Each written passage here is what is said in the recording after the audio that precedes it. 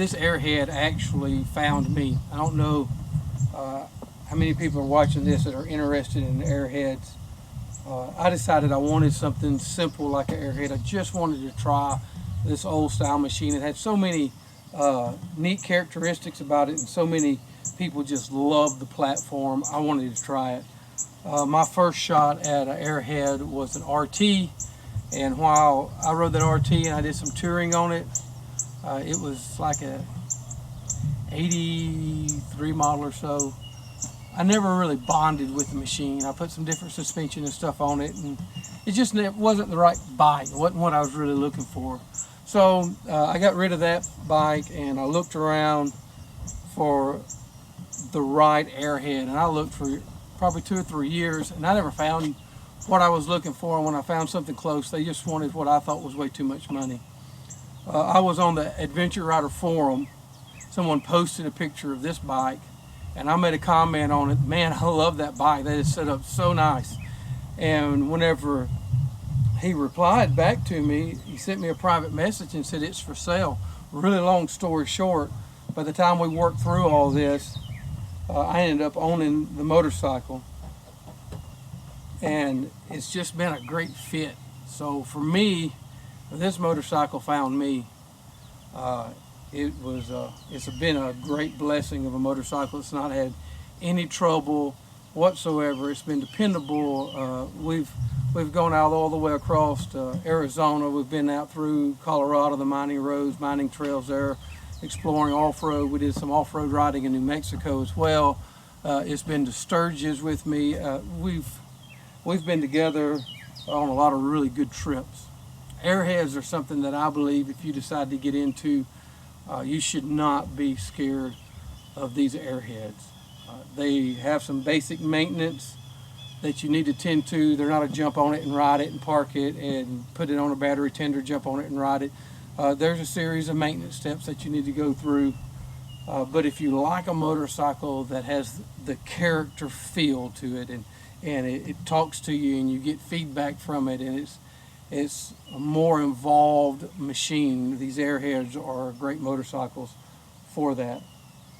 So that's how I came to acquire this motorcycle. Now let's dive into some things that I've done to the BMW R75/6. I've set it up to suit the way I like to tour and what I felt like I needed out of the bike.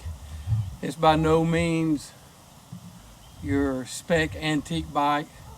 When I bought it, I already had some of these modifications on it, which took it out of a purely /6 motorcycle. It's got some /7 parts. So let's go ahead and jump right into this. At the very front, this front end, the whole front end is off of a RS, about a 78 BMW RS front end. Gave me a dual disc front brakes. We went in and put in stronger rate front springs to help with some of the extra weight and some of the off-road riding that we would do on this bike. Nothing like single track, just 2-track stuff, mining roads, those kind of things you find in Colorado. Now, in order to help keep everything moving right, we put this billet aluminum top clamp here. This top clamp is made by San Jose, out of San Jose, California, BMW. They had a lot of aftermarket parts for BMW. That's what's on here. Now, I've adapted these 7/8 ATV high-rise bars to work on this. Gave me a little bit more width, more of a straight wrist when I'm riding, so that it is a better setup for off-road riding, just so you can see the riding position of the bike with these bars on it. It's here, and then if I want to ride, I keep kind of bent in my knees anyway, a good stand up, so I've got a good line of sight of things that are coming up. Now, attached to these ATV high-rise bars are highway dirt bike setup for the front end of this thing. They've got built-in blinkers.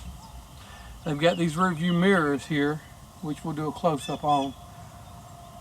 These, you fold them forward like so, and they slide into this pocket here, right here in the back. Keeps them out of the way, keeps them protected if you're on some of those 2-track roads and you may be in a position where you might drop your bike, even if you just misstep whenever you stop somewhere. Protects your rear view mirrors. Now the windshields, just a Spitfire windshield. You can buy these anywhere. The thing I found about them, when I've got this brace here, it's disconnected, but you can see once you get up to speed, this thing will just go to rocking like that. Now if I reconnect my brace, which is on the bottom, you can see that it stops that. There's not any wiggle or anything to that. And so moving right along to some protection, since we just talked about these bark buster protectors, I put these skid plates here on the bottom of the peanut valve cover. That really helps in case you drop your bike. I actually got bumped going down a 4-lane, knocked me over. These protect that in that type of a slide. Also have this skid plate, the homemade skid plate on the bottom. We adapted to a GS oil pan. Went ahead and did the dipstick to go with the oil pan. While we're here, this is where all of my accessories are attached. My GPS, the horns, all those things that draw more juice than what this system was originally intended to do. It's all electronic. I can change the fuse ratings here however I want to. I've got an Enduralast alternator, which really helps this thing be able to work when I'm running electric gear, which I run sometimes, and the higher output headlight that's in that, the additional indicators and the like. And the Enduralast charges, as you guys that are familiar know, at a lower RPM than the other. It also did away with that troublesome diode board that's on there. While we're on the inside of the motor, also we went in and changed out the ignition. It's electronic ignition, solid state, runs great. It's got some switchable tabs if you decide to do dual plug heads or whatever, but that's the basic setup for that. Now we're on to this gas tank. It is /7 style gas tank. I went from like a 5 something gas tank up to 6.3, gave me extra fuel, more range. This Airhead doesn't get exceptional mileage when you're out running 80 plus miles an hour. You're looking at the low 30s in fuel range, so the extra fuel capacity is nice. Putting on the back roads, you know, you get better gas mileage if you can put on the back roads. Now moving over here, I've got the Hyper Pro shocks. Those are triple adjustable. They got high speed, low speed compression, they got rebound, and then obviously you got the spring preload in there. Those were built for me by Boz. He's in the Netherlands. We talked online back and forth. I ended up needing to visit the Netherlands for a little while. I got some friends over there. So while I was over, we looked at all the different shock options and the way I rode and how I used my BMW. And these are the shocks that we decided on. Boz himself uses old Airheads and does trials riding and the like. Look him up on the internet if you like. Really neat guy, does some crazy things with the Airheads. Now on the back, I moved to this luggage rack. It just fills in flat here across the bags. So whatever you want to strap, you can put on there. I've got a big Wolfman luggage bag that runs all the way out to the edges, and since these are clamshell style bags, they open up from the sides here. I can still have full access to the bags and throw that large bag back here, and plenty of tie-off points here. I've got a hammock set up. It'll all my hammock set up, all my camping gear, everything will fit in here.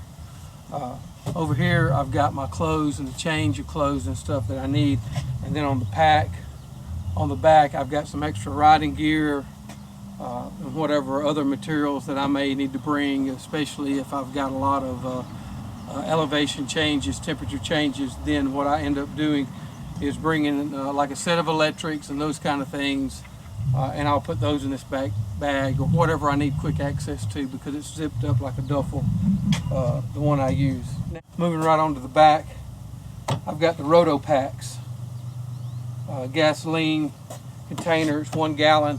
I've used it several times on the trip so far. Whenever I see a road, I just decide to take it. I don't know where it's going, it just looks neat. I head off that way.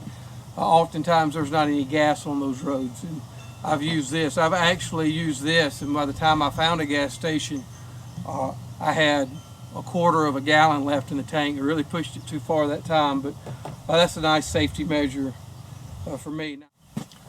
This is Augie Outdoors. If you like what you've seen, click the subscribe button. Till next time.